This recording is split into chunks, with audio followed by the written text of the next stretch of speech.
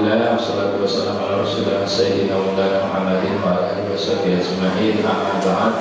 Yang kami hormati Bapak Kepala SMPN 2 Kecamatan, yang kami hormati Bapak Ibu Guru SMPN 2 Kecamatan, yang kami hormati Bapak Faizan SPP MPT selaku guru calon guru penggerak.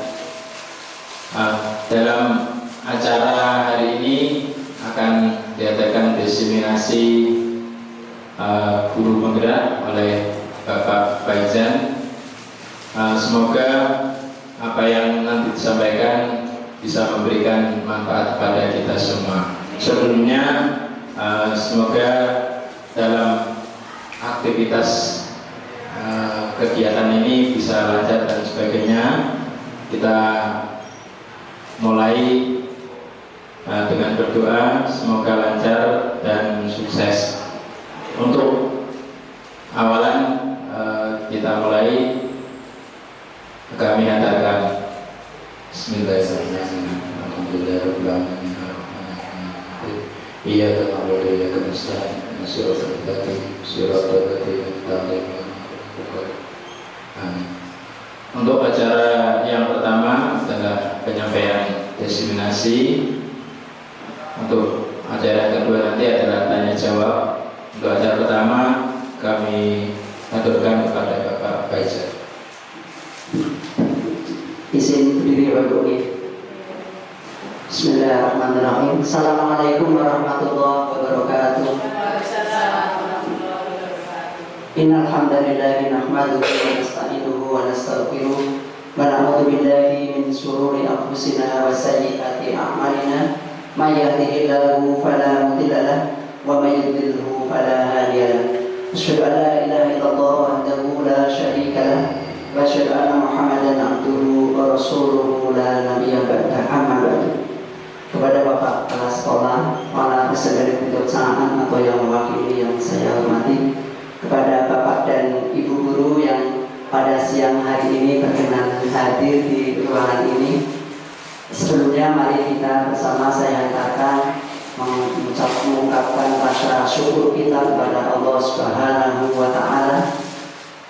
Moga guru yang pada siang hari ini, pada kesempatan hari ini masih memberikan berbagai nikmat kepada kita, nikmat sehat, nikmat kekuatan dan kebersamaan, sehingga bisa menghadiri acara diseminasi aksi nyata modul 1.4 yang diselenggarakan oleh saya, CGP Angkatan 5 Kabupaten Semarang, Faizan.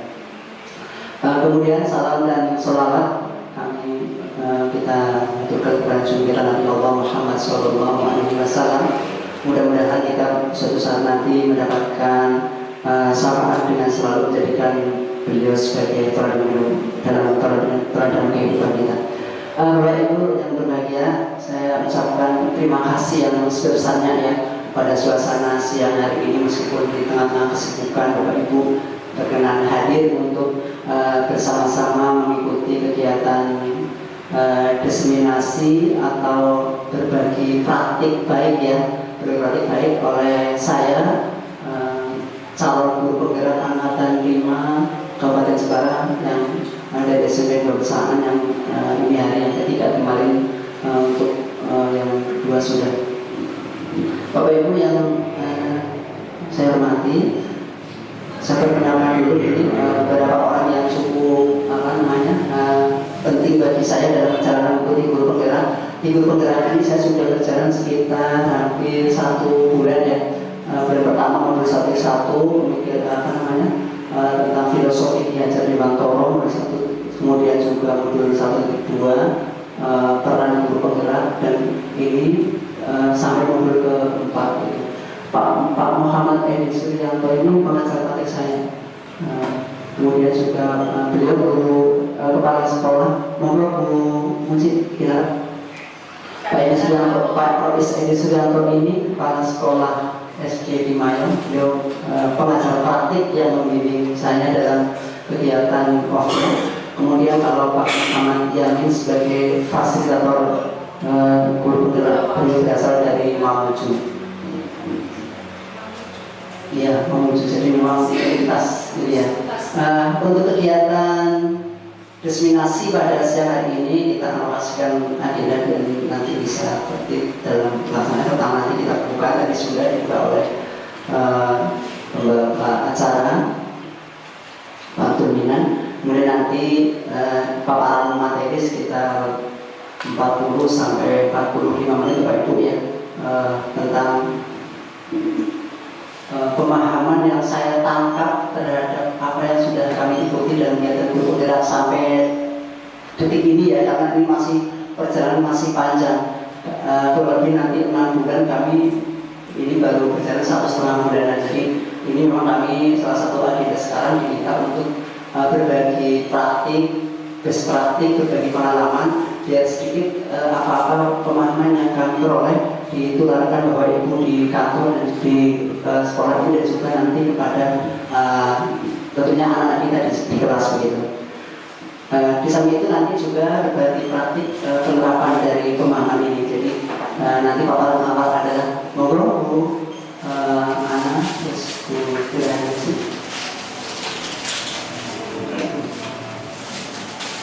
Terima kasih. Jadi nanti untuk agendanya, terus yang ketiga forum diskusi atau tanya jawab, nanti jika ada hal yang mungkin untuk diklarifikasi, diprotes atau apa, dan kita diskusi bersama. Yang keempat adalah refleksi dan bentuk. Ya Ibu, Bapak Ibu. Jadi nanti sekali lagi agenda kita yang pertama itu adalah ini pemahaman konsep modul 1.4. Artinya hal-hal penting yang ada di modul itu yang saya pahami seperti apa, karena pemahaman itu banyak. Jadi nanti mungkin pemahaman ini saya tularkan dengan berbagi ini, mudah-mudahan memberikan manfaat bagi saya dan juga kepada Bapak Ibu yang mendengar kegiatan ini dan juga tentunya bagi anak-anak. Nah, kemudian yang kedua nanti berbagi tentang pengalaman dan pembelajaran setelah menerapkan konsep-konsep yang apa sudah kami terapkan. Karena memang di dalam ini adalah pelatihan yang sifatnya itu kontinuitas berkelanjutan ya. Setiap apa konsep yang kita terima langsung kita praktekkan, baik dalam kehidupan pribadi, kemudian kehidupan di kelas maupun hal konsep yang kita dapatkan segera kita praktekkan begitu. Oke, kita lanjut. Nah, sebelum kita mengawali ini ada pernyataan pemantik Bapak Ibu. Mungkin Bapak Ibu pemantik. Apakah Anda setuju kita sebagai guru ya tentang hal ini? Yang pertama, hukuman dapat mendisiplinkan anak. Gimana berarti? Hukuman bisa mendisiplinkan anak. Setuju tak Mbak? Setuju. Terima kasih Pak Faiz. Menurut saya kalau hukuman itu salah satu sikap yang bisa kita pakai untuk mendisiplinkan anak. Dan yang perlu kita ketahui bahwa hukuman pastinya harus mendidik. Artinya kita tidak bisa memberikan hukuman itu melalui fisik atau mungkin bahkan bisa menyakiti mental. Dan kalau anak itu didisiplinkan dengan apa ya istilahnya mendaunkan mentalnya, itu nanti anak bisa menjadi bukan disiplin, tapi malah menjadikan anak itu menjadi dendam. Ya, mungkin itu saja dari saya, mungkin dari yang lain bisa menambahkan. Terima kasih. Terima kasih, dengan luar biasa ya apa yang dipaparkan. Kita simpan dulu ya. Jadi ini nanti kita pertanyaan ini kita ulas kembali ya, apa yang kita dari sekarang itu dan nanti setelah kita sesini sama apa enggak? Karena nanti ada kaitannya dengan menerapkan konsep yang kita pelajari sekarang. Jadi hukuman sesuatu yang boleh dilaksanakan untuk menjadikan anak. Jadi intinya Bu Ratna setuju ya Bu ya, asal catatan tidak sampainya mendidik itu ya. Oke gitu. Yang lain mungkin Pak Wardoyo, hukuman itu bagi anak bisa mendisiplinkan anak, untuk Bapak bagaimana Pak? Terima kasih. Kalau menurut saya ada kenyataannya banyak guru di sekolah masih menggunakan hukuman untuk mendisiplinkan anak. Tapi kemarin saya juga belajar seperti itu, bahwa hukuman juga akan merusak mental anak jadi takut, dan itu akan membekas seumur hidup. Jadi menurut apa yang sudah saya pelajari juga, bahwa hukuman tidak dapat mendisiplinkan anak. Terima kasih. Oke, luar biasa Pak Marga. Ini berbeda dengan Bu Ratna ya. Nah sekarang kita nggak apa-apa, kita simak ya, kita simak nanti bagaimana betul apa enggak, karena ini pertanyaan terbuka. Kita bebas untuk berpendapat ya, nggak apa-apa, nggak ada jawaban salah, nggak ada jawaban karena semua itu berdasarkan dan pengalaman. Yang kedua, spesifik tadi Bapak Ibu, pemberian hukuman dengan hal positif seperti membaca atau membersihkan halaman sekolah dapat meningkatkan disiplin anak. Nah, setuju nggak kita dengan itu? Jadi ini lebih, kalau tadi kan sifatnya umum ya, yang kedua coba Bu. Terima kasih. Kalau menurut saya pemberian hukuman dengan hal positif seperti membaca, membersihkan halaman sekolah dapat meningkatkan semangat. Bisa iya, bisa tidak. Jadi bisa meningkatkan disiplin ketika ada orang yang memantau, ada orang yang memantau, karena ini adalah disiplin itu dipengaruhi oleh faktor eksternal, kalau seperti ini. Jadi kalau disiplin itu berasal dari internal, kesadaran dari anak sendiri, itu akan lebih berpengaruh pada disiplin anak itu sendiri. Terima kasih Pak. Masya Allah, jawaban guru BK ini ya, Bu Zura, betul memang. Jadi ini kalau begitu skornya masih 1-1 ya. Jadi kalau guru itu bersifat tengah-tengah, jadi kadang iya, kadang tidak. Memang betul. Jadi kita dalam setiap ini perlu bijaksana. Jadi memang baik, cuma kadang mungkin jangka panjangnya bukan ya. Kalau kita harus hadiah itu kan tekor gitu ya. Setiap anak banyak kalau kita hadiah kita nanti kita juga dapat. Tetapi tidak apa-apa. Kemudian yang ketiga mungkin ini ya, memberi penghargaan dapat meningkatkan motivasi belajar anak. Ini kelihatannya mereka sepakat ya. Jadi kita butuh memberikan reward, penghargaan ketika anak untuk melakukan sesuatu yang baik ya, biar mereka termotivasi. Baik Bapak Ibu, terima kasih. Apa untuk kita semuanya yang ini sebagai awalan sebelum kita menjadi bicara tentang tema-tema pada siang hari ini. Oke, kita lanjut lagi.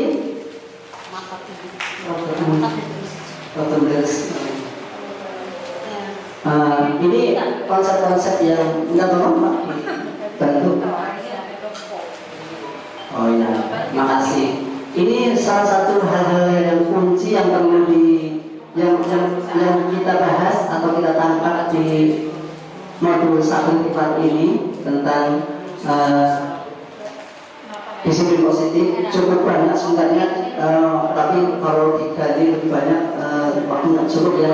Ini yang pertama tentang disiplin positif dan nilai kebajikan universal. Itu tema pertama yang akan kita bahas. Kemudian yang kedua nanti kita melanjutkan tentang teori motivasi, hukuman dan penghargaan revolusi. Apa itu teori motivasi nanti akan kita bahas di bagian kedua.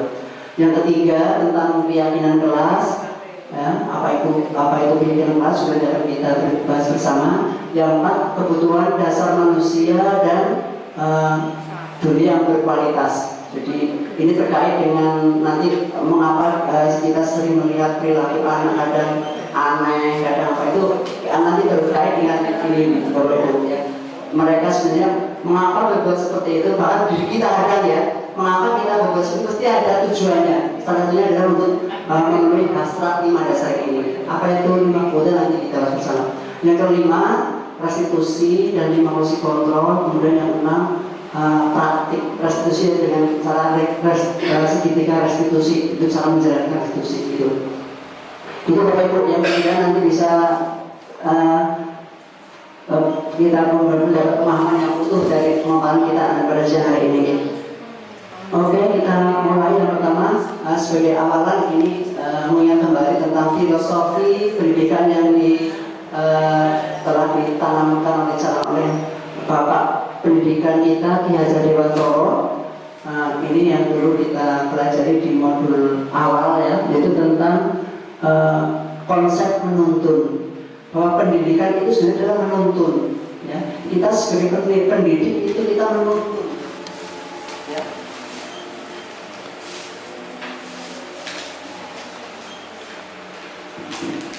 Oke. Jadi kita ingat kalau kita ngajari anak kita menuntun ya, menuntun. Tapi tidak selamanya kita tuntun, suatu saat akan kita lepaskan. Kita ngajari anak sepeda juga seperti itu. Pertama kita tuntun, kita bimbing, kadang jatuh, tapi suatu saat mereka nggak bisa.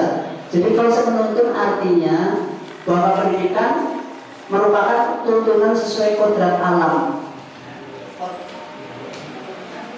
Baterai nih Mas. Enggak tahu.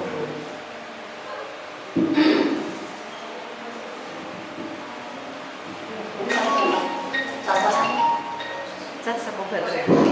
Ya, barangkali mau habis ya, tapi nggak akan, ini masih bisa.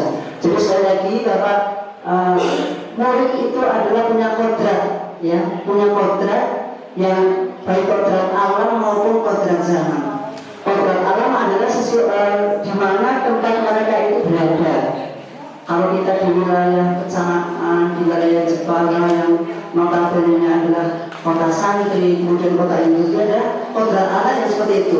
Bagaimana kita membimbing mereka, anak kita juga sudah kodratnya. Ya, tentunya akan berbeda ketika kita mendidik atau menuntun orang-orang yang berada di mungkin di luar jam. Ini kelihatannya habis ya. Baik, saya teriakkan Bapak sendiri. Bisa dengar ya? Jadi pendidikan itu adalah menuntun kodrat alam dan kodrat zaman. Kodrat alam dan kodrat zaman. Artinya kita sebagai guru dalam mendidik itu mempertimbangkan itu, bahwa anak itu punya kodratnya. Kodrat zaman sekarang adalah zaman era teknologi ya. Zaman era teknologi, zaman era abad 21 yang juga sangat berbeda ketika kita dulu masih sekolah ya. Kita dulu nggak mengenal internet, kemudian juga nggak mengenal kecanggihan teknologi, tapi sekarang luar biasa. Nah, maka tentunya berbeda dengan kondisi kita dulu begitu ya. Nah, sehingga kita sebagai pendidik hanya dapat membimbing, tumbuh dan dibina kekuatan-kekuatan yang ada pada batin dan lahir anak ya, agar dapat memperbaiki lakunya atau bukan dasar hidup untuk menumbuhkan kekuatan kodratnya. Jadi kekuatan kodrat sekali lagi yang pada anak adalah tugas kita untuk menuntun dan membimbing. Kita tidak bisa mengubah dasarnya karena masing anak punya potensi masing-masing, dan anak itu unik sekali ya. Semua anak, bahkan semua kita nggak ada yang sama persis ya.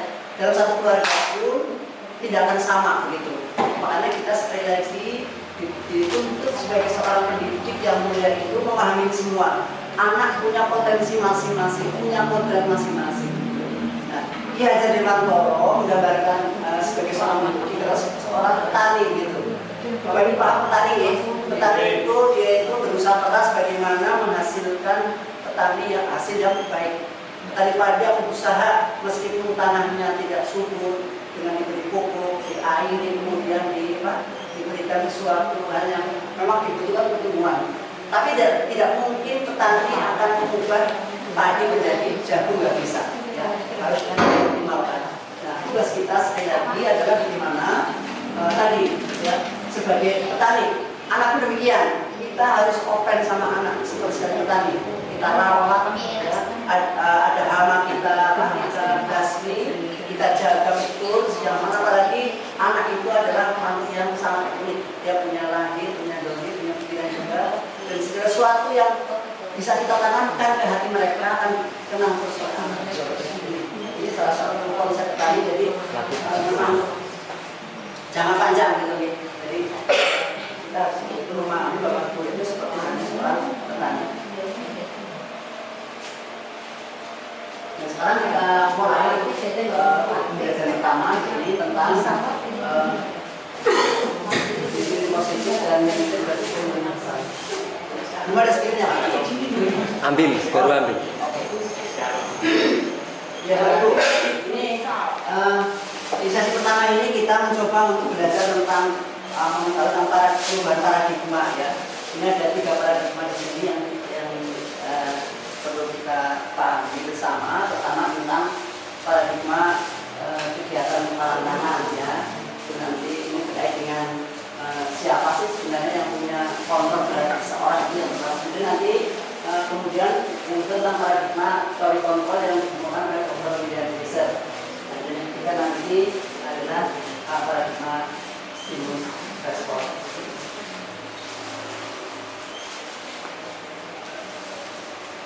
Kita ini ya, ini kita pelajari yang pertama tentang ini paradigma kegiatan kepalan tangan. Bapak Ibu, saya mengawali tentang kegiatan pada tema di sini Muslim dan dari bagian universal. Yang pertama adalah kegiatan kepalan tangan. Bapak Ibu, sekarang begini saya punya sesuatu yang sangat berharga di tangan saya. Ya, coba ya, saya punya sesuatu di tangan yang sangat berharga dan ini sangat penting bagi saya. Dan jenengan juga tahu, jenengan juga punya hasrat, tahu ini penting, jenengan juga butuh gitu ya, butuh bagaimana. Iya, terus kira-kira apa yang Pak Firman lakukan biar bisa mendapatkan ini? Kira-kira Pak? Boleh merayu, boleh memaksa, boleh apa? Kira-kira gimana cara mendapatkan benda yang saya, yang ada pada tujuan saya? Bilang, kamu tahu Pak Firman tahu apa yang ada di tangan saya itu ya, dan jenengan paham kalau ini juga sangat butuh. Gimana caranya biar jenengan bisa mendapatkan apa yang jadi impian jenengan untuk mendapatkan ini? Monggo Pak Minan, gimana kira-kira? Cara yang saya lakukan, pertama pastikan meraih dulu. Kalau memang tidak bisa, ya memang dipaksa. Karena kan juga, ya karena memang tujuan kan dari cara yang harus dulu. Kalau stepnya tidak bisa, ya dipaksa. Memang karena hidup itu memang paksaan, Pak.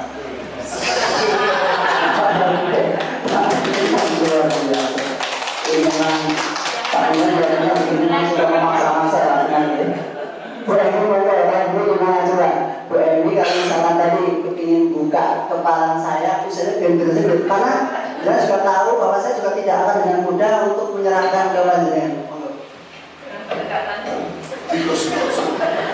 Ya, terima kasih Pak Anies. Kalau saya dengan pendekatan yang halus dulu, baru tapi ya kalau diberikan ya alhamdulillah, kalau tidak ya pasrah. Tapi tetap berusaha untuk mendapatkannya. Terima kasih. Kalau gini malah saya nggak berdaya malah.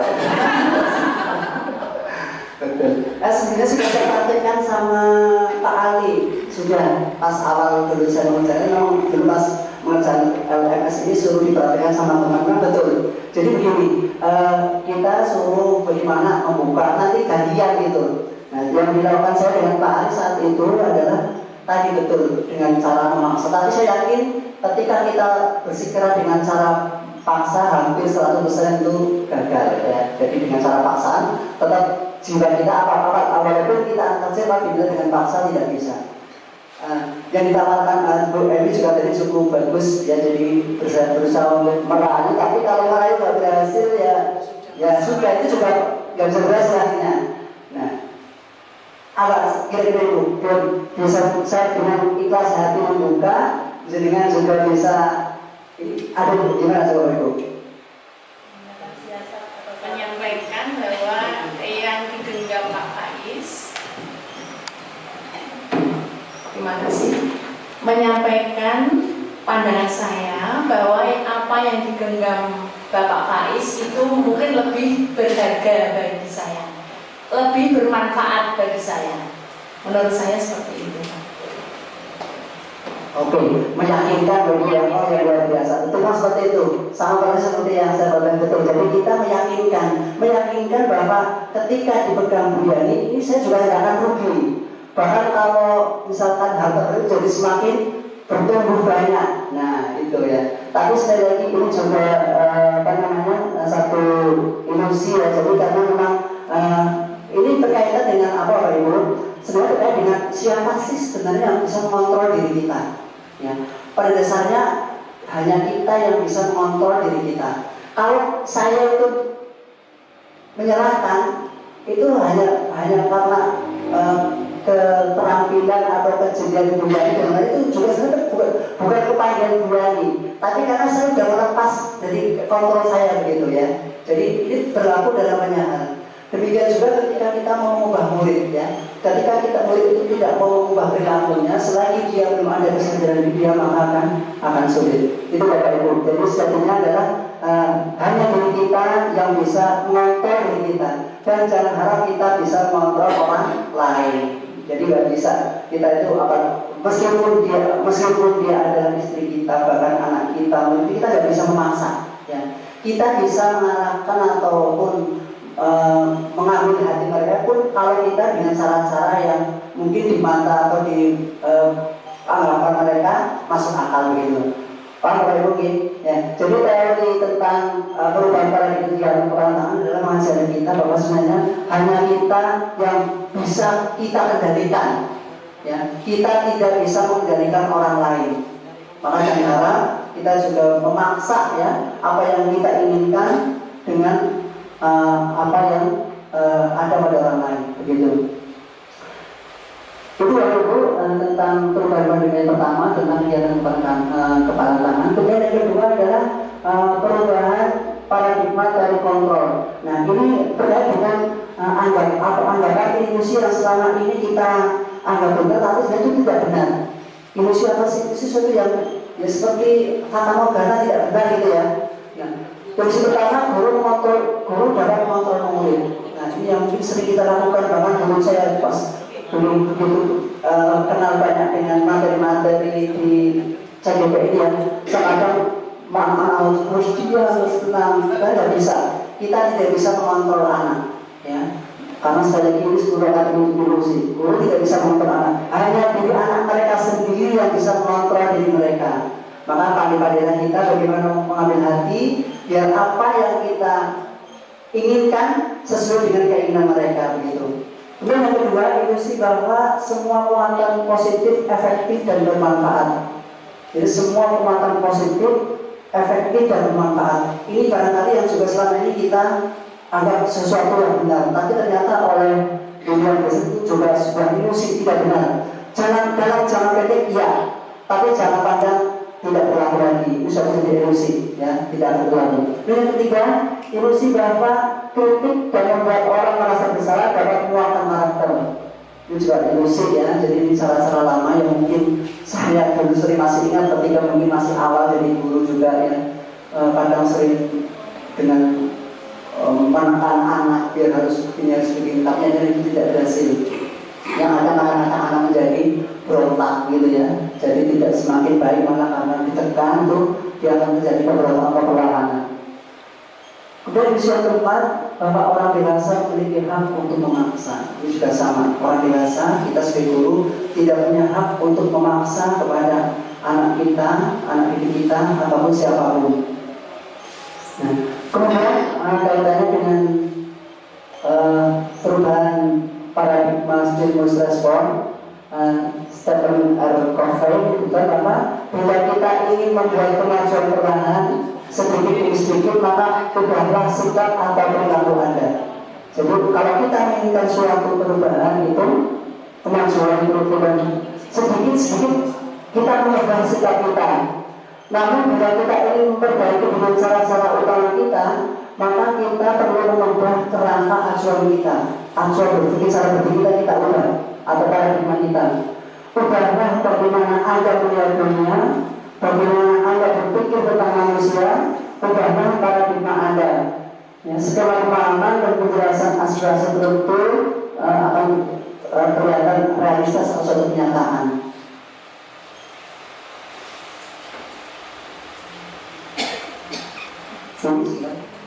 Perbedaan stimulus respon dan teori kontrol.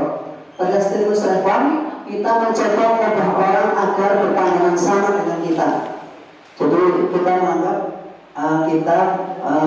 kita mampu atau bisa mengubah pandangan orang sesuai pemikiran kita, ya.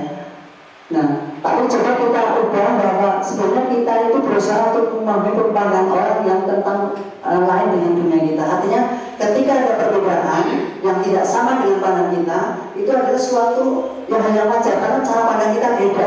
Dunia itu luas, tidak seluas daun kelor, itu luas, betul. Jadi kita harus punya cara pandang berbeda.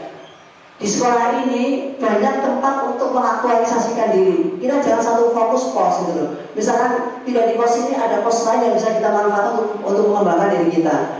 Banyak sekali pekerjaan yang harus kita perbaiki gitu. Atau mungkin dalam ladang amal atau ladang kerja itu sudah banyak. Ya, jadi kita nggak usah terlalu mungkin ngiri apa yang sudah dimiliki oleh orang lain. Ya, kita masih banyak yang spektrum luar yang lebih banyak yang dapat kita ambil. Itu jadi kita berusaha untuk memahami bahwa setiap orang punya pandangan tentang dunianya masing-masing. Ya, makanya kadang mungkin fokus seorang itu berbeda. Sebagai halnya kita ketika menghadapi anak kita, ya, antara anak yang satu dengan yang kita punya cara pandang berbeda, dunia yang berbeda. Demikian juga murid-murid kita yang begitu banyak, mereka punya dunia masing-masing gitu. Masih sebentar. Kemudian yang kedua ini, perilaku buruk dilihat sebagai suatu kesalahan. Ini stimulus respon. Jadi ada stimulus, langsung responnya begitu. Jadi stimulus respon itu seperti soal jawab. Ini kita jawab gitu ya. Jadi langsung direspon tanpa berpikir gitu ya. Jadi perilaku buruk mesti wah ini ada kesalahan ini ya. Anak mungkin kalau kabar wah ini. Nah, padahal itu kita nggak tahu ada apa ya. Nah, maka setiap perilaku memiliki tujuan. Nah, ini yang perlu kita gali. Mereka melakukan itu pasti ada tujuannya. Anak-anak kita yang lewat tagar, mereka punya tujuan. Paling tidak untuk memenuhi satu kebutuhan yang nanti akan kita bahas. Anak-anak yang mungkin di kelas kita usir atau apa itu butuh perhatian. Mereka punya tujuan. Ya, maka sekali lagi kita harus coba ya. Jadi perilaku yang buruk dilihat sebagai suatu tidak mesti. Maka kita harus betul-betul bersikap lebih adil dan bijaksana ya dalam menyikapi ini. Kemudian ini nggak banyak masih jadi baca buku ya. Yang ketiga, orang lain bisa mengontrol saya. Orang lain bisa mengontrol saya. Ini seperti tadi tidak bisa ya. Nggak hanya diri kita yang bisa mengontrol kita. Ini adalah stimulus respon. Bahwa orang lain bisa mengontrol saya. Nah, tapi kalau kontrol sebetulnya apa? Hanya Anda yang hanya kita yang bisa mengontrol diri kita. Kita tidak bisa dikontrol oleh orang lain dengan apapun. Meskipun kelihatannya kita bisa diperintah, kita bisa nganut, bisa itu pun karena kita mau, gitu ya, karena kita ada kemauan. Selagi kita tidak memberikan izin, kontrol diri kita berikan, itu nggak akan bisa, gitu ya. Nah, jadi dari kontrol seperti itu, kemudian yang maaf, yang keempat, 1, 2, 3, 5, pemaksaan ada pada saat pemaksaan ada pada saat bujukan gagal. Ketika kita guna tadi seperti di dalam oleh Pak Minan ya, melalui level itu tak jodoh sih. Kandangnya harus salah gelap tak. Nah, ada dulu pernah, masya Allah istighfar astagfirullahaladzim. Dulu saya ngomongin seperti itu. Kandangnya harus tidak bisa malah jadi kesabarannya hilang. Ya Allah tuh tidak boleh ya. Saya salah bertobat tidak akan. Saya masih ingat. Mudah-mudahan anak-anak yang sekarang seperti itu memaafkan ya dia. Jadi karena gitu, ketika kita dengan cara halus nggak mau malah akhirnya kita malah naik. Akhirnya kita harus bersabar lagi. Ya, ingat dengan ini ya bahwa kolaborasi dan konsensus menciptakan pilihan baru. Nah, ketika kita harus maksa tadi kolaborasi dan konsensus ya, win-win solution, saling tukar. Ya wes, ya sakai tadi aku kayak apa ya saya sebenarnya akhirnya kan sama-sama diuntungkan. Itu berarti saling berkolaborasi, bekerjasama dan konsensus menciptakan pilihan-pilihan baru, pilihan-pilihan yang diterima semuanya, semua pihak, tidak ada pihak diberikan. Betul, untuk memuaskan semua pihak tidak bisa kita memuaskan 1-2 orang gitu ya. Tapi dengan upaya seperti ini akan semua banyak terpuaskan. Kemudian yang terakhir ini, model berpikir menang kalah. Ini untuk stimulus respon. Kalau nggak menang, kalau nggak kalah. Kalau saya nggak dapat berarti nggak gitu. Nah, tapi kita ubah menjadi dalam itu murid berpikir menang. Jadi semua nggak ada yang kalah, semua menang. Kita menang, murid kita menang. Ini nanti saya ceritakan pada pas berbagi pemahaman yang ketika saya menangani anak yang nyeret meja, betul dengan cara itu sih mereka betul berhasil. Jadi bukan langsung di justice tapi dengan cara tadi ini berpikir bersama menang-menang dengan cara institusi, akhirnya mereka juga bisa berubah ke arah baik dan saya juga bisa mengarahkan mereka lebih lagi begitu. Itu untuk perubahan paradigma stimulus kontrol yang pada intinya kita diharapkan mengubah cara-cara stimulus respon menjadi lebih kontrol yang lebih lebih positif lebih positif lebih baik gitu. Selanjutnya ini Pak, nah ini kita mau kepada Nah kita lanjutkan pada bahasan tentang disiplin. Nah ini disiplin sering kita kaitkan dengan persoalan anak kita di kelas ya. Kita kadang berusaha untuk mendisiplinkan dan itu juga sering-seringnya kita tanamkan ke anak ketika kita upacara bendera, yang pembina upacara selalu mengingatkan disiplin. Tapi sebenarnya disiplin itu sebenarnya apa sih? Ya, coba mungkin sebelum kita bahas ini apa tuh disiplin? Apa baik disiplin itu apa? Ada yang bisa berpendapat disiplin? Kira-kira apa Bapak Ibu? Bu Nini? Iya, coba. Mungkin selama ini yang saya ketahui disiplin itu ketika diperlakukan kepada anak itu dengan tujuan supaya anak itu nanti patuh dengan apa yang kita inginkan atau apa yang kita harapkan. Mungkin seperti itu kalau dalam artian yang sering kita jalankan atau sering kita ketahui, tapi ternyata mungkin ada makna yang lain ya Pak ya. Terima kasih ini. Disiplin dari kepatuhan. Kita mendisiplinkan anak agar patuh, agar berpakaian patuh, berperilaku patuh gitu ya. Nah kalau kita kaitkan di situ juga ada kaitannya dengan ada sanksi atau hukuman atau gitu. Nah itu Bapak kita simak dulu nanti berikutnya dalam kita berikutnya. Terus sebenarnya makna disiplin itu adalah berasal dari kata Latin ya, disiplinnya artinya kita belajar. Jadi kalau kita berdisiplin adalah bagaimana kita mendisiplinkan itu belajar diri kita, menata diri kita, gitu ya. Jadi makna asal dari kata ini berkonotasi dengan disiplin dari murid-murid Socrates dan Plato ini seorang filsuf ya tentang kaitan dengan kedisiplinan. Berdiri diri membuat orang menggali potensinya menuju sebuah tujuan dan apa yang dihargai. Namun dalam budaya kita, makna disiplin kadang telah menjadi sesuatu yang berubah, yaitu sesuatu yang ditawarkan seseorang pada orang lain untuk mendapat kepatuhan seperti yang disampaikan oleh Buni. Dan kecenderungannya secara umum adalah menghubungkan kata disiplin dengan ketidaknyamanan. Kalau kita suruh disiplin mesti tidak nyaman, ketekanan, ya, ada tekanan. Harus kalau pasal disiplin tidak boleh bergerak, harus lari macam ya. Bukan dengan apa yang kita hargai ataupun mencapai suatu tujuan mulia. Nah, kemudian nilai-nilai kebajikan universal, apakah yang dimaksud dengan nilai kebajikan universal itu adalah sifat-sifat positif manusia yang merupakan tujuan mulia yang ingin dicapai setiap individu. Ya, nilai tersebut bisa universal dan lintas bahasa. Jadi nilai-nilai kebajikan sebuah nilai yang diharapkan sesuatu yang positif yang baik, ya. Sesuatu nilai sebutan positif adalah nilai kebajikan. Contoh misalkan keramah-tamahan, ya. Kemudian juga di situ juga ada termasuk kemudian kesehatan, ya. Nah itu baik kalau dalam agama mungkin ada perilaku positif, akhlak mulia itu juga termasuk disiplin.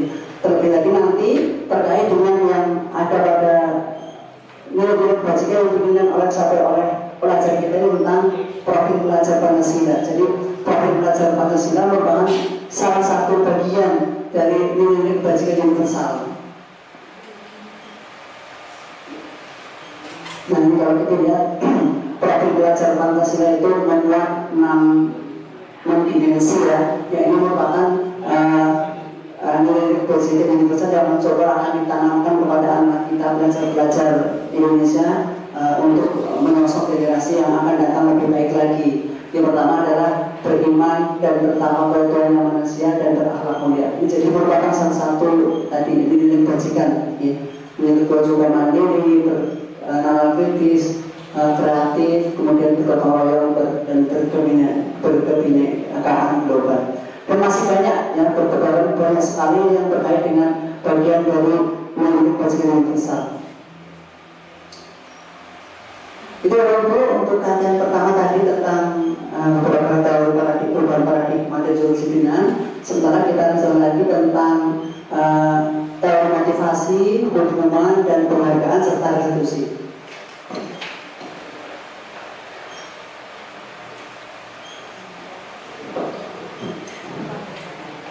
Masih ada berapa lagi Pak Mina? Seperti lagi ya, kita percepat aja ini tentang teori motivasi, hukuman, penghargaan dan restitusi. Apa sih teori motivasi itu? Nah, di sini teori motivasi terkaitnya dengan perilaku manusia, bahwa perbuatan manusia itu didorong oleh 3 hal, ini ya. Jadi ada motivasi eksternal, motivasi internal, ya, dan eksternal. Ini sama. Contoh pertama, untuk menghindari ketidaknyamanan atau hukuman, apa yang akan terjadi apabila saya tidak melakukannya. Jadi untuk menghindari ketidaknyamanan atau hukuman, apa yang terjadi apabila saya tidak melakukannya. Ini motivasi internal. Jadi kita berbuat sesuatu itu karena ada pengaruh dorongan dari luar, ya. Untuk mendapatkan imbalan dari orang lain atau institusi, apa yang akan saya dapatkan apabila saya melakukannya. Jadi ketika saya belajar baik, saya dapat nilai baik. Nah, berarti nilai baik di luar itu yang nilai baik dari guru itu dari eksternal.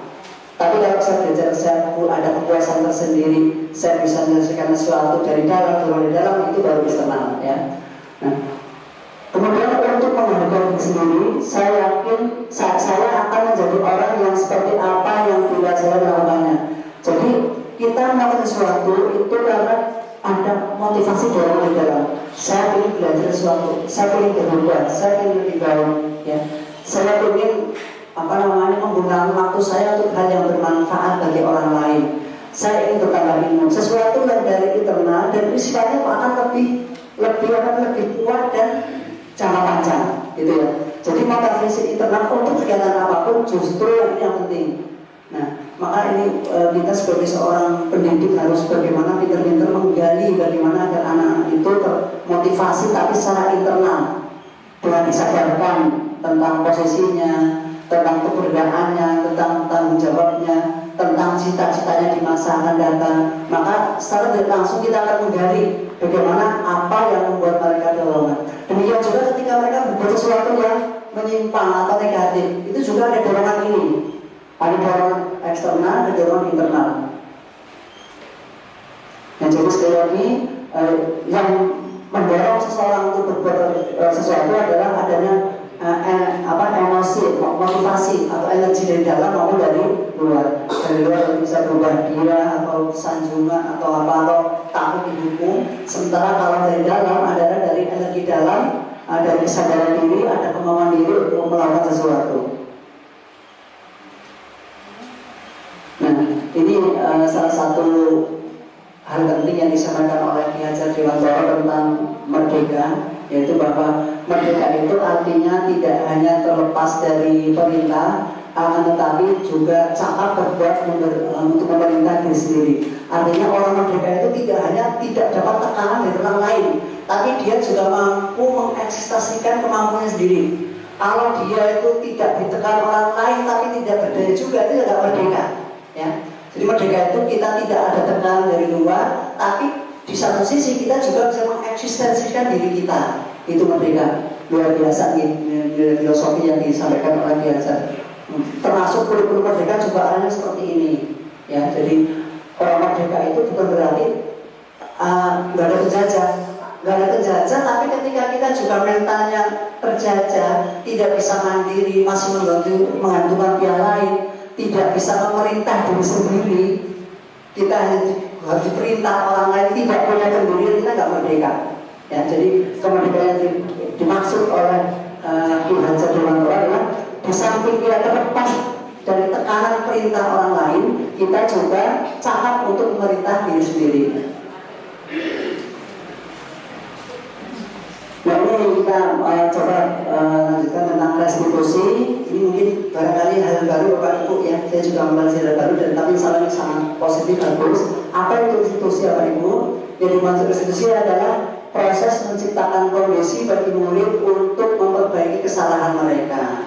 Ya, jadi suatu proses tahapan cara untuk mengkondisikan murid memperbaiki kesalahannya sehingga mereka bisa kembali ke kelompoknya, ke kelasnya dengan karakter yang lebih baik dan lebih kuat.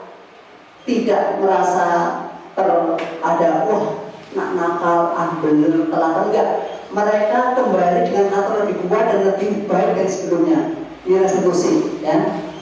Restitusi juga merupakan suatu proses kolaboratif yang mengajarkan murid untuk mencari solusi untuk masalah mereka. Jadi upaya guru untuk membantu murid berkolaborasi dengan murid memecahkan masalahnya. Ya, kita memecahkan masalah.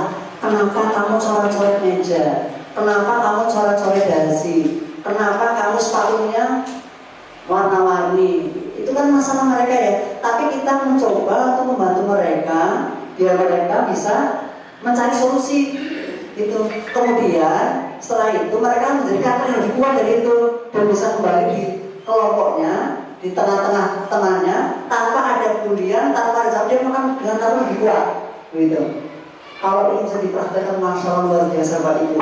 Selama ini pendekatan kita ya mungkin saya lah masih dengan pendekatan hukuman atau mungkin dengan perlakuan beda itu nggak berhasil nyata. Ya, ini memang salah satu upaya yang bisa kita lakukan. Maka mungkin ini kita pelajari bersama Ibu ini kita bahannya bisa kita praktekkan dalam upaya mendisiplinkan anak. Jadi boleh dikatakan bahwa restitusi adalah cara mendisiplinkan anak dengan yang paling mudah dan berefek positif. Tidak ada tersakiti, nggak ada kata-kata kasar, ya, nggak ada kata-kata kasar, nggak ada hukuman, nggak ada apa-apa. Mereka kita tidak membenarkan ke mereka, tapi kita menyadarkan bahwa apa yang mereka lakukan itu belum pas, tidak benar gitu. Tapi bukan dengan nada tinggi, bukan dengan bentakan, bukan dengan tapi dengan tadi ya, dengan komunikasi yang baik, dengan tadi 5 pos program yang akan kita bahas sebenarnya. Nah, ada sesuatu dikatakan ciri-ciri restitusi itu ada 9 di sini. Jadi tahap tindakan kita dalam tadi upaya menangani anak itu dikatakan restitusi jika memenuhi ini. Yang pertama, bukan untuk menebus kesalahan. Kesalahan yang sudah dilakukan anak sudah selesai, ya. Salah sudah tercatat di kitab, ya, salah sudah. Itu berlaku, gitu kan. Tapi untuk belajar dari kesalahan, ke depan kita belajar lagi, jangan salah lagi. Ya, anak semua yang ada di belakang kita sudah tercatat. Kita pahami, kita resapi itu sebagai intervensi untuk depan. Salah sudah salah. Semua salah itu tidak ada orang yang benar terus, pasti ada salahnya. Kamu ya wajar anak kamu juga salah. Kamu bapak ibu guru juga manusia pernah salah. Nah, ini salah satu kata-kata seperti itu. Jadi kita menyadari bahwa kita boleh salah. Tapi dengan salah itu bagaimana kita untuk belajar dari kesalahan untuk memperbaiki keadaan. Yang kedua, memperbaiki hubungan antara kita sebagai guru dengan anak yang menjadi akan kita tangani untuk dari positif tadi itu adalah gak ada semakin baik, ya, semakin baik, semakin hangat, ya. Dan alhamdulillah saya juga seperti itu dengan anak-anak sekarang, anak yang kelas 8B dan A itu 8A berunding itu masya Allah semakin baik saya dengan anak. Betul, saya coba seperti itu, ya. Iya, jadi sudah mulailah. Jadi saya praktekkan ada hasilnya semakin baik dan mereka untuk berbuat kan pikir-pikir lagi. Beda itu ketika saya merespon dengan tidak restitusi. Ketika saya mungkin dengan raja keras, mereka justru nanti saya kesempatan mancing lagi, ngisi-ngisi. Mereka wah Nah, mereka sudah melihat Pak Wali murid-murid, wah berhasil ini, gimana gitu ya. Nah, oke, Masya Allah. Jadi kita memiliki hubungan dengan siapapun. Dan sekali lagi kalau kita sadari hampir sebagian besar anak-anak kita yang bermasalah itu ada masalah besar di rumah yang perlu kita bantu sebenarnya. Gitu ya. Jadi kita tidak boleh membiarkan mereka dengan kesalahan, tapi bagaimana kita membantu mereka keluar dari kesalahan dan bisa lebih baik lagi. Kemudian yang ketiga adalah tawaran bukan paksaan. Nah, untuk perubahan pada diskusi itu adalah tawaran solusi. Ini ada seperti ini, silakan gimana gitu. Nggak ada paksaan. Kalau belum mau, tawarkan yang lebih lunak lagi apa. Tapi dengan berbagai pilihan. Ya, jadi restitusi adalah sebuah tawaran bukan paksaan. Kemudian yang keempat, menuntut untuk melihat ke dalam diri, mawas diri, introspeksi. Oh iya ya, aku berbuat seperti itu benar, gitu. Jadi anak mulai sadar diri, kembali ke dirinya bahwa apa yang dia lakukan itu adalah suatu yang tidak benar. Oke.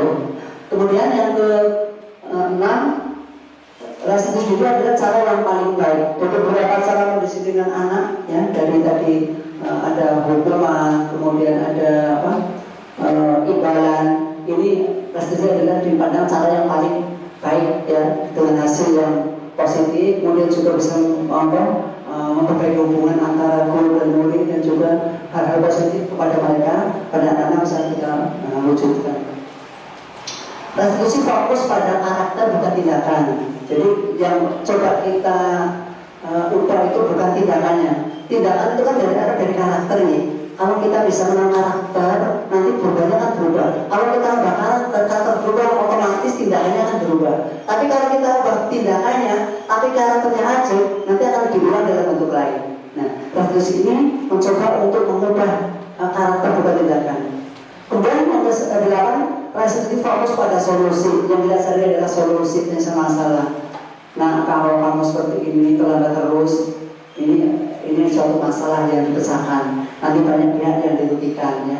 Orang tua kasihan yang sudah memberikan materi, memberikan bekal, ya. Terus juga masa depan kalian juga seperti apa, ya. Jadi solusi yang ditawarkan, ya. Kemudian yang terakhir bahwa sesuatu dikatakan sendiri adalah jika Bapak itu mengembalikan murid untuk berbuat salah, mengembalikan murid yang berbuat salah pada kelompoknya. Jadi kita kembalikan kepada kelompoknya dengan karakter lebih baik. Jadi kita terapi, kita sembuhkan dulu penyakitnya. Setelah itu kita kembalikan ke kelompoknya, dan kelompoknya siap untuk menerima, dan dia pun siap untuk menyesuaikan dengan kelompoknya tadi. Nah, makanya tadi dikatakan bahwa restitusi itu harapannya karakter akan lebih kuat pada anak tersebut. Itu baru tentang ciri-ciri itu. Kemudian ada konsep yang buruk, kalau konsepnya adalah konsep diri yang baik. Itu baru tentang perbedaan antara hukuman dan konsekuensi. Kita pada hukuman apa konsekuensinya. Nah, tidak akan seperti ini, mencatat. Nah, sekarang kita kadang sering hukum anak, ya. Kamu tidak hasil siraman menulis 10 kali, 100 kali dalam tulisan seperti itu. Ya, itu merupakan suatu hukuman. Kemudian lari mengelilingi lapangan, itu juga hukuman. Tapi silakan itu misalkan mengganti kertas yang robek, ya, itu adalah konsekuensi karena dia berbuat ini maka seperti ini. Jadi beda. Kalau konsekuensi itu sifatnya itu adalah efek dari perbuatan, tapi kalau hukuman itu adalah hukuman, ya. Jadi ada bedanya. Demikian Bapak Ibu. Nah, ini 5 posisi, ya, tentang identitas gagal dan identitas sukses. Di sini ada hukuman, ada konsekuensi, ada restitusi. Nah, untuk yang hukuman tadi yang sebelah sini, ya, ini ada sesuatu yang menyakitkan yang saya katakan. Maka kita ubah menjadi ya, menjadi konsekuensi atau paling tidak restitusi dengan saya garis tadi. Jadi konsekuensi itu adalah netral, kalau restitusi positif, ya. Cara mendisiplinkan dengan cara hukuman bersifat negatif, ya.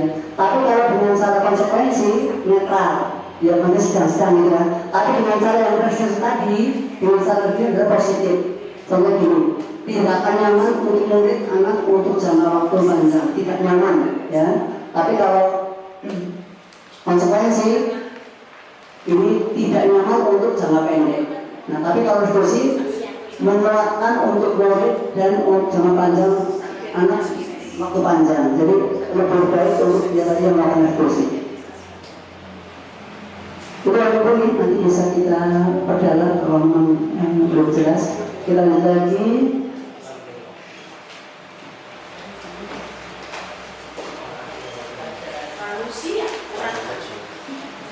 Berapa waktunya ini Pak? Masih ada berapa habis Pak? Kurang sedikit lagi, tidak masih saya 5 menit lagi nih yang menyelesaikan ini selanjutnya itu Pak Syabab. Kebutuhan dasar manusia ini tadi yang saya katakan. Anak melakukan sesuatu adalah ada tujuannya, termasuk kita. Kita berbuat sesuatu ada motifnya, ada tujuannya. Motifnya dengan ini.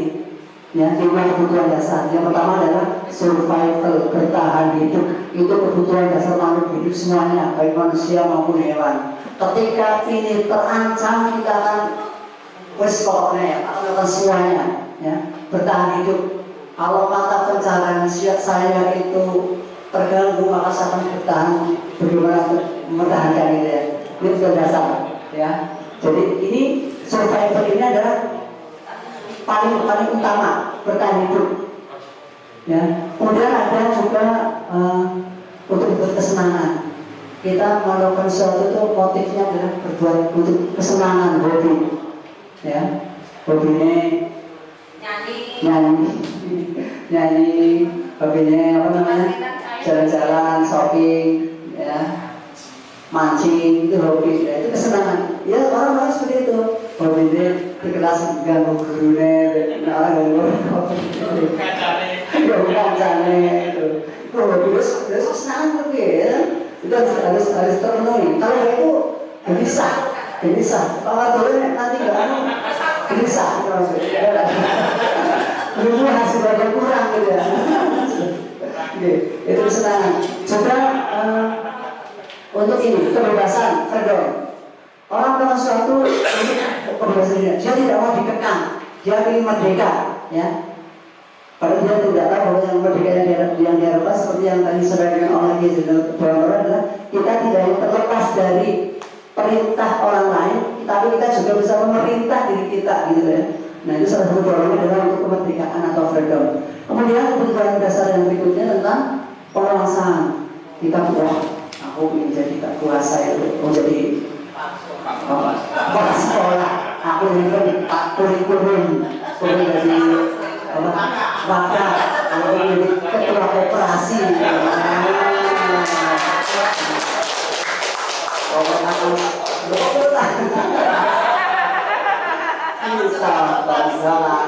Yang benar banyak ada Pak.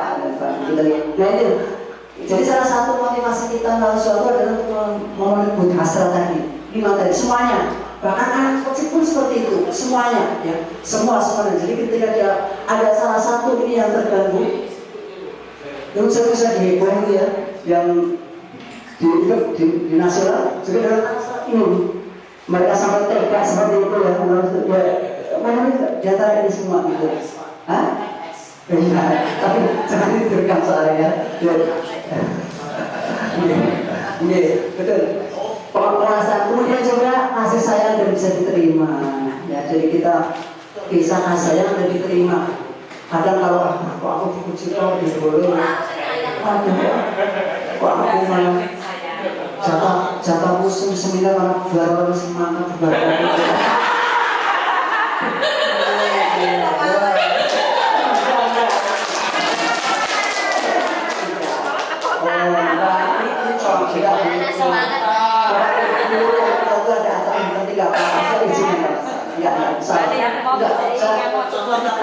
Makanya luar biasa karena saya yakin tapi boleh kesini mendapat sesuatu sudah menyenangkan saya juga. Terima kasih Bapak. Itu menurut lima dasar pada niatnya kita berbuat sesuatu untuk 5 ini. Kita semua mesti kalau tidak untuk survival, untuk bertahan hidup, untuk kesenangan. Kalau tidak kesenangan mesti untuk kebebasan. Kalau tidak kebebasan untuk penguasaan atau untuk mendapatkan sendiri orang lain.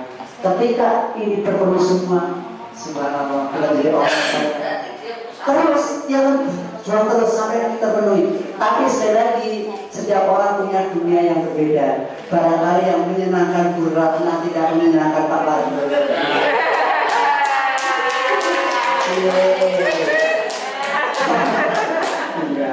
Oke, kita bawa itu ya. Ini mungkin tentang kebutuhan dasar manusia dan berikutnya nanti kita lanjutkan ada posisi kontrol ini. Ini penting banget. Posisi kontrol terkait bagaimana kita memposisikan diri kita ketika kita berada di kelas atau kuliah. Ada posisi kontrol sebagai penghulu, membuat orang merasa bersalah, sebagai teman, sebagai pemantau dan sebagai manajer. Kita tergantung adalah kamu terus, kamu nggak pernah mengerjakan tugas, ya. Kamu tidak disiplin, kamu membuat teman guru di mana bapak sekolah itu memberikan hukuman. Nah sekali lagi salah-salah lama negatif yang sekarang mungkin tidak perlu, sudah tidak relevan kita gunakan. Setidaknya kita adalah teman. Kenapa kamu seperti itu? Apa kamu nggak malu sama temannya? Apa kamu nanti nggak kasihan tempat itu? Jadi seperti teman. Jadi kita berhubungan sama kita seperti teman. Ya, jadi ada kedekatan. Ya, meskipun tetap ada batasnya nih, tidak terlalu dekat, tapi setidaknya ketika kita ngomong sama anak, posisikan kita sebagai teman, anak akan lebih mudah mengungkapkan apa yang ada jadi keinginannya. Itu kemudian yang ke kita yang membuat rasa bersalah masih sama dengan penghukum, termasuk yang negatif ya. Teman sudah berbuat baik ya, kemudian pemantau juga berbeda lagi. Yang kedua adalah manajer. Manajer adalah satu posisi kontrol yang merupakan bisnis berhasil atau sukses. Nah, kalau berbuat begini, mengajukan pertanyaan. Jadi contohnya begini. Apakah yang kita yakini, apa yang kita yakini, apa yang bisa kita kerjakan untuk memperbaiki masalah ini. Ketika anak berbuat salah, kita kan sudah punya keyakinan jelas bahwa kita harus menghargai bapak dan ibu guru. Nah, mengapa kok kamu bisa sendiri? Apakah nggak ada cara lain yang bisa kami lakukan? Nah, jadi manajer ini adalah posisi yang paling baik ya ketika kita berusaha untuk menangani atau mendisiplinkan anak. Itu Bapak Ibu ini tentang apa tadi 5 hal posisi kontrol. Kita mencoba untuk mengubah dari pembuat peraturan pemantau kemudian ke arah menilai dari pemantau menjadi manajer ya, kemudian dari memberikan konsekuensi atau hadiah menjadi memperbaiki. Jadi kalau tadi untuk pemantau dan apa namanya teman itu kan kita memang sudah berusaha, tapi akan lebih baik lagi jika kita memposisikan sebagai manajer. Nah, Bapak Ibu ini yang mungkin terakhir tentang hal yang kita bahas itu tentang segitiga restitusi. Segitiga restitusi adalah salah satu cara untuk atau tahapan untuk melakukan restitusi. Jadi bagaimana kita mengatasi anak yang punya masalah, punya problem dengan segitiga restitusi. Ada 3 tahapan di sini. Yang pertama adalah menstabilkan identitas.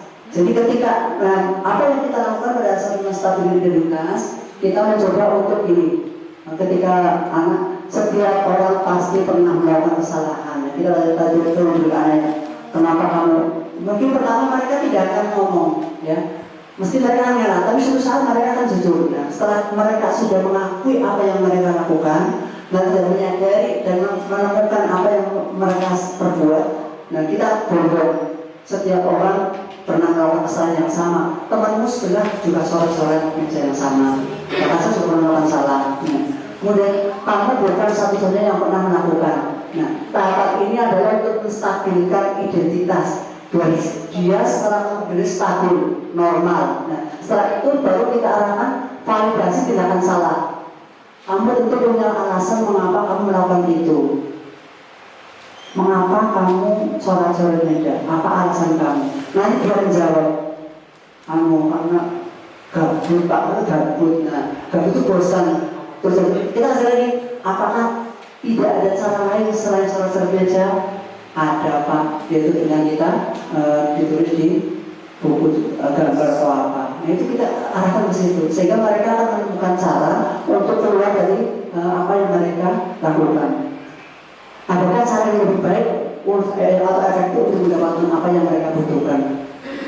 Kemudian ini setelah cara yang kedua yaitu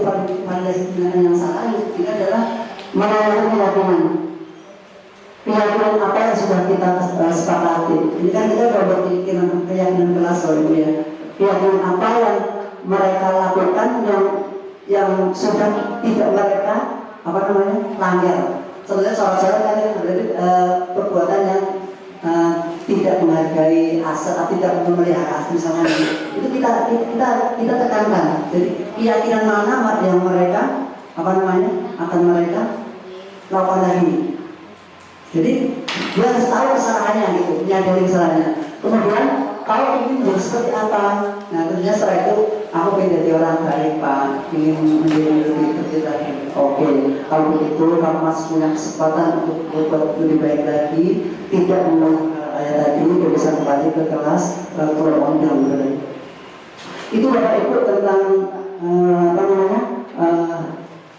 beberapa institusi yang bisa kita praktekkan. Nah, kemudian sedikit ini saya sampaikan tentang hasil restitusi yang sudah kami lakukan ya. Ini pertama tentang praktek restitusi ini langsung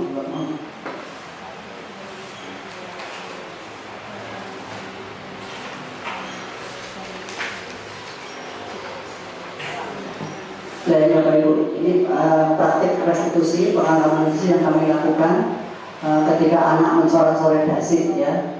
Jadi pas pagi-pagi masuk sekolah depan, saya sama Bu Yuhanti mendapati dasi dicoret-coret. Ada 2 orang kelas 8 B kalau nggak salah, kelas 9 B 9 B 80 itu biar orangnya dua. Dengan seandainya mulai mencoret-coret ya. Sebenarnya nggak begitu jelas Bu Mami, itu nggak begitu tak pakai sepedanya, pakai HP rekam di sini nggak begitu jelas. Jadi saya melakukan stabilkan keadaan mengapa kamu melakukan itu ya. Kemudian validasi tindakan salah ya, menanyakan apa yang sudah kamu langgar.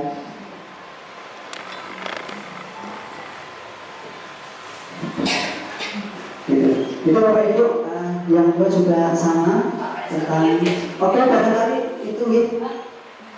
Cukup nih. Ini saya melakukan 2 hal untuk restitusi. Yang pertama ini coret-coret dasi, yang kedua tentang coret-coret meja. Jadi alhamdulillah juga ada kebaikan. Kalau coret-coret meja itu anaknya Bu Ratna dan Bu Tuli. Kalau dulu sebenarnya itu berbagai sejuta tidak tahu sendiri dihapus semua karena itu roda ekstrim, hampir semua meja dicoret-coret dari gambar yang roda ya. Jadi tapi alhamdulillah. Begitu Bapak Ibu yang bisa saya sampaikan ini untuk Bapak materi dan berbagi ini, mudah-mudahan berikan inspirasi bagi kita semua. Ini juga akan semuanya kepada Assalamualaikum warahmatullahi wabarakatuh. Waalaikumsalam warahmatullahi wabarakatuh.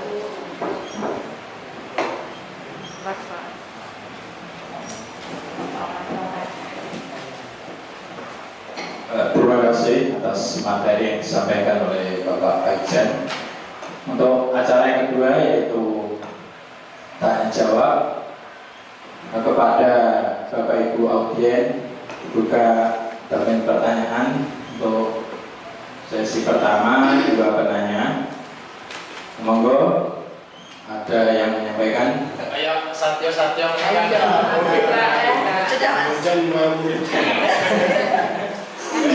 Terima kasih. Assalamualaikum warahmatullahi wabarakatuh.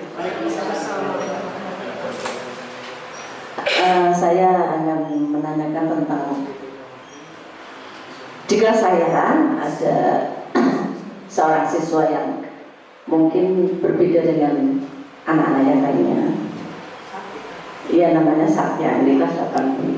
Ini dari penampilan wajahnya sama seperti anak-anak pada umumnya, tapi pada saat menerima pelajaran dia itu tidak bisa konsen dengan apa yang disampaikan oleh Bapak Ibu guru.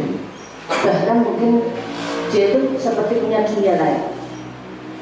Terus tadi pada saat tes itu sepatunya kan dicopot. Saya minta untuk dipakai lagi, Mas Satya sepatunya dicopot, dipakai lagi. Tapi dia malah ada kesulitan untuk memakai sepatu. Tapi sepatunya itu tidak dipakai terus dibuang. Setelah dibuang, kakinya malah dipukul-pukul sendiri. Jadi dari hasil amatan saya, kalau dia itu merasa tidak bisa melakukan sesuatu, dia akan menyakiti organ tubuhnya yang membuat dia tidak bisa nyaman dengan apa yang akan dilakukan. Ya, jadi menurut Pak Faiz,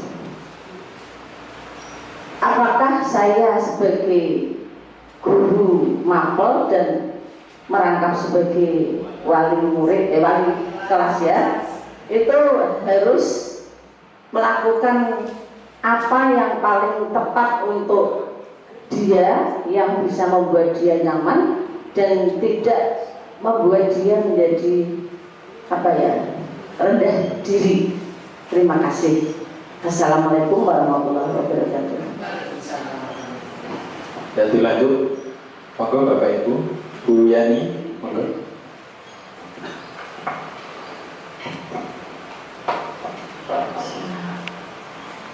Terima kasih atas waktu yang diberikan kepada saya.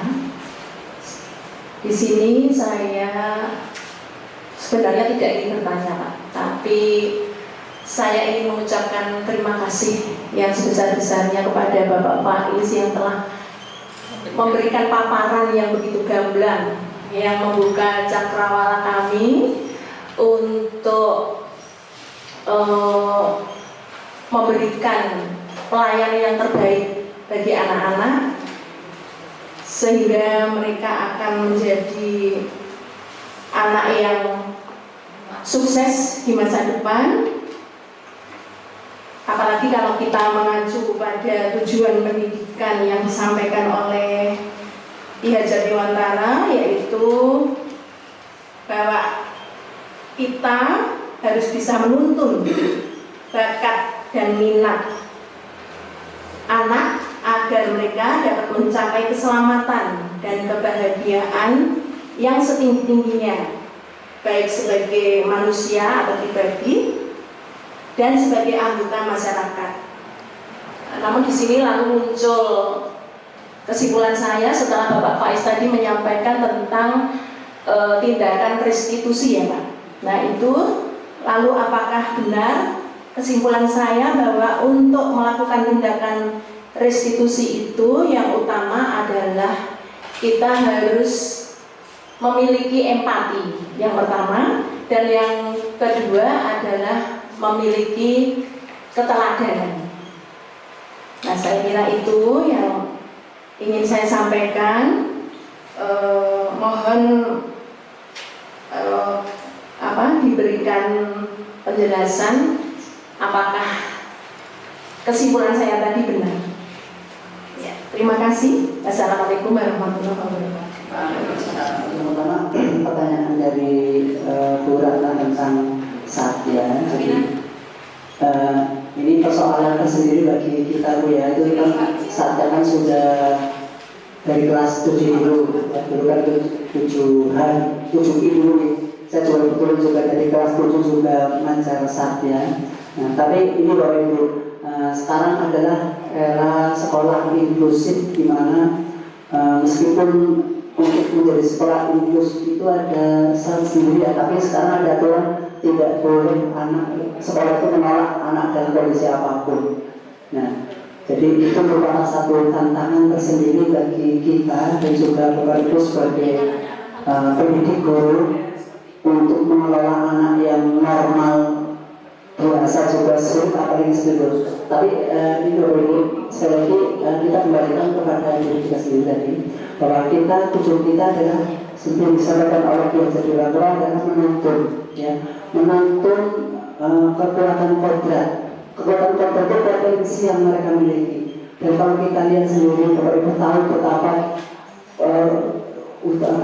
yang kuasa Allah Ta'ala memberikan keistimewaan luar biasa pada Satya yang sering kita lihat secara langsung ya, ketika dia itu dengan secara spontan berani menemukan kesalahan yang orang tidak melihat ya. ya kan, berkali-kali. Bahkan saya sering terkoreksi di kelasku. Saya sering terkoreksi di kelas. Pak Faris kok cemberut sih Pak? Saya subhanallah langsung itu saya diingatkan. Itu kan memang sesuatu yang gimana ya, jadi sesuatu yang memang harus kita kelola. Jadi baru kita sadari bahwa perilaku yang ditunjukkan oleh Satya tadi itu dalam rangka kelima hal tadi, untuk memenuhi kebutuhan 5 hal tadi sebagai versi dia gitu. Jadi memang kita, saya melihat alhamdulillah teman-teman berani setuju, iya itu sudah memahami betul. Ketika Satya mondar mandir berarti saya butuh sesuatu. Ketika dia dicuekin dia akan semakin meronta-ronta.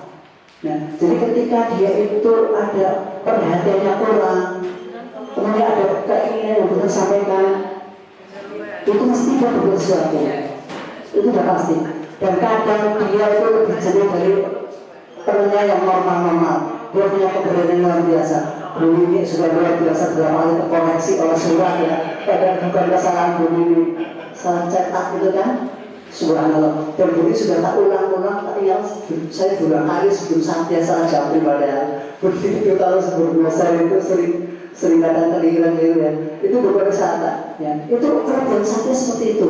Dan itu yang berani bangun. Terus sekali lagi kita ini PR kita nih, tetap kita selama kita tidak berusaha ya untuk ketika kita mau wisata kita siapkan cerita, jangan sampai terpancing. Ya mesti jangan berulang, letak laptopnya lah atau apalah gitu ya. Nah mungkin Bu Ratna sebagai wali kelas dan juga guru dan juga wali yang lain, pertama coba ayo kita bersama-sama menggali sebenarnya kalau dari tinjauan psikologis dia itu punya apa, kan ini kita nggak tahu gitu ya. Nah ini tentunya mungkin ada komunikasi nanti dengan orang tua Satya biar ada tidak lanjutnya. Karena kalau kita biarkan nanti kita juga salah dalam memberikan penanganan, nanti malah kasihan. Tujuan kita untuk mengantarkan mereka dia kepada keselamatan itu tidak tercapai. Dan kita akan berdosa bumi. Jadi kita mungkin nanti sekali waktu ketika bulan mungkin komunikasi ini sudah dibuat psikolog belum. Kalau sudah kita butuh informasinya atau juga minta saran betulnya bagaimana. Karena kadang sampai itu kalau sampai kelabaran sudah membahayakan. Ya betul, bisa ngerti, bisa kemana. Teman saya pernah dulu pas nggak tahu itu sama Bu Latinya gitu ya. Dulu kan Bu itu belum tahu isinya sampai jadi sudah ketakutan luar biasa. Pas pulang, pas awal-awal gitu ya. Tapi kemudian ada ibunya dan terangkan dia baru kena gitu. Nah kan kemudian lagi ini sekali lagi tugas kita sebagai orang tua. Nanti di sesi modul berikutnya kita pembelajaran kebutuhan murid kesana arahnya. Jadi kita bagaimana murid yang jumlahnya 30 kita mengajari mereka dengan cara 30 ternyata berbeda-beda. Namanya pembelajaran berdiferensiasi. Ya ada upaya bagaimana kita bisa semua anak terlaksanakan apa yang dia inginkan, apa yang dibutuhkan dia penuhi. Itu berarti ini berarti soal PPP kita bersama ke dalam sini. Kemudian yang kedua dari Bu Yani tadi, ya alhamdulillah ya kita memang ini ada hal baru dari kegiatan guru kira. Saya juga secara pribadi bersyukur sekali dapat ketiban sambut dari CGP. Terus terang capek luar biasa. Ini saya jam 1 sudah di on kamera ini saya pernah berapa? Jam 1 harus on. Dan terus semalam saya bangun jam 2 saya semalam. Ya, juga kan banyak hal yang harus dikerjakan juga masih mampu berbicara, tapi gak apa-apa saya jalani. Mudah-mudahan sedikit banyak bisa mengubah saya. Terus saya sekarang berubah. Saya tahu diri saya setelah segini saya banyak perubahan. Mungkin kalau itu sudah melihat saya berubah ada memang dari meskipun sedikit ya, semakin lebih baik lagi. Cuma berubah kecil ya, semakin kecil. Jadi itu dia itu tadi sebetulnya restitusi dengan kaitannya dengan tadi ya. Ini tadi yang terakhir.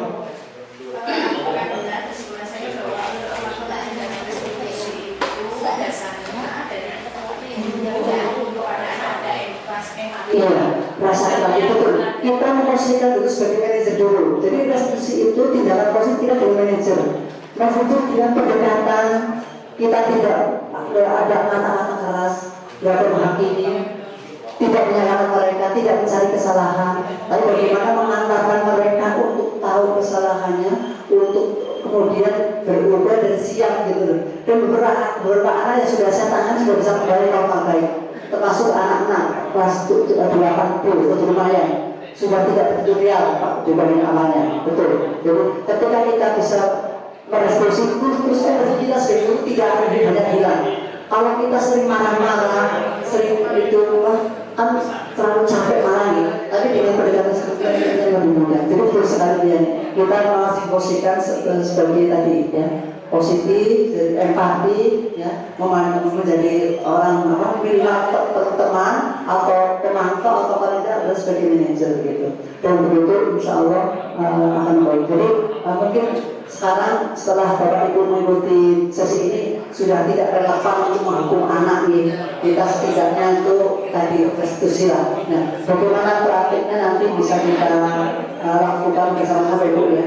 Tidak saja ini salah boleh bisa kita monggo, monggo Pak. Terima kasih atas jawaban dari pertanyaan dari teman-teman.